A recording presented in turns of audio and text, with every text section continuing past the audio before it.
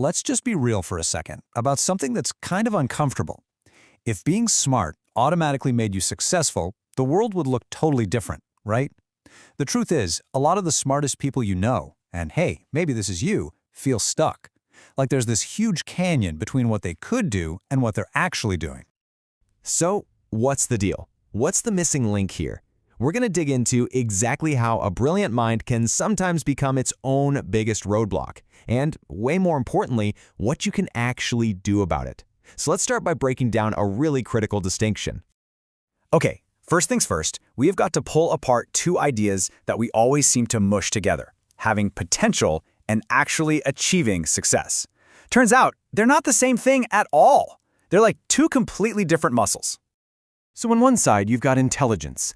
Think of this as your brain's raw horsepower. You know, your knack for spotting patterns, analyzing things, and solving complicated puzzles just in your head. But then on the other side, you've got success. And success is all about the real world. It's about doing things, following through on a plan, and making something tangible happen.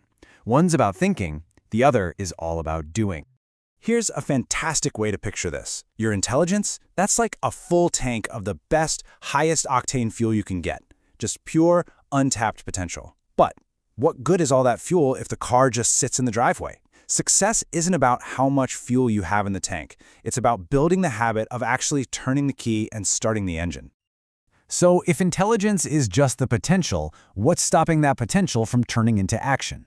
Well, it turns out a really powerful mind can actually create its own very unique set of traps. And these aren't character flaws. They're just the side effects of being able to think things through.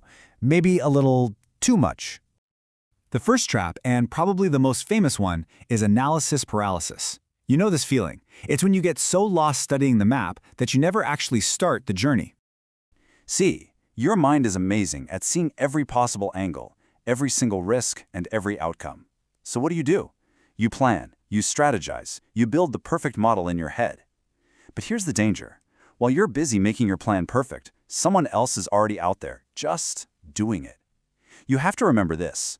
A messy, imperfect start will always beat a perfect plan that never leaves the notebook. And that leads us straight into trap number 2, which is a very close cousin to the first one, the perfectionist's delay. This is that deep-seated belief that you just can't start until everything is absolutely 100% flawless. This is that voice in your head, right? The one that tells you to wait. I'll start the business once the website is perfect. I'll apply for that job as soon as my resume is flawless. But here's the real secret. Perfect conditions are a total myth. They never show up.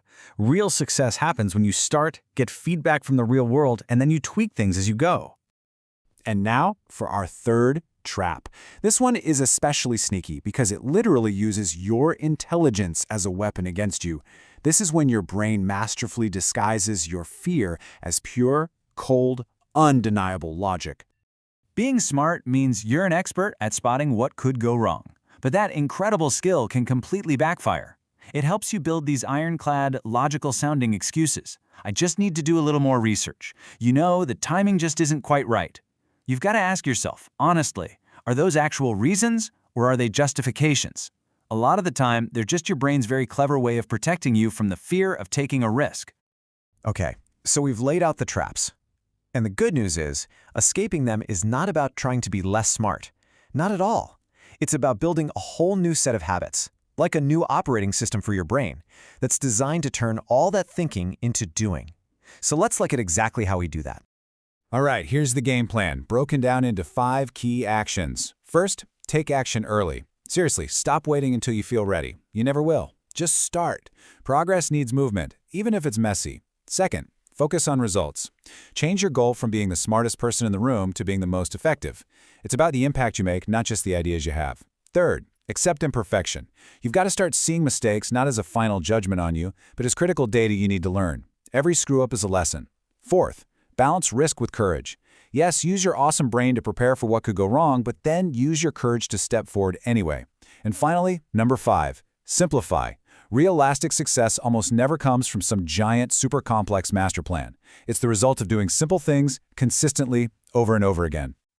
So when you boil it all down, bridging that gap between your potential and your success isn't really about cramming more information into your head.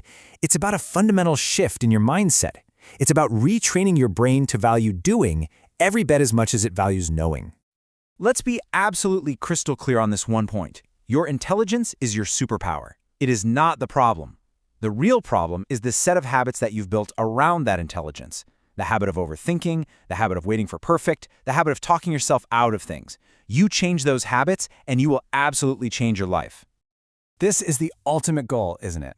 To stop just being the person with incredible potential and start being the person who is actively, consistently, and courageously turning that potential into a reality that you can actually see and feel. So I'll leave you with this to chew on. What is that one project, that one idea, that one decision that you have been analyzing to death? And more importantly, what's one small, imperfect step you can take on it today? Because that one little action could be the very thing that starts the engine.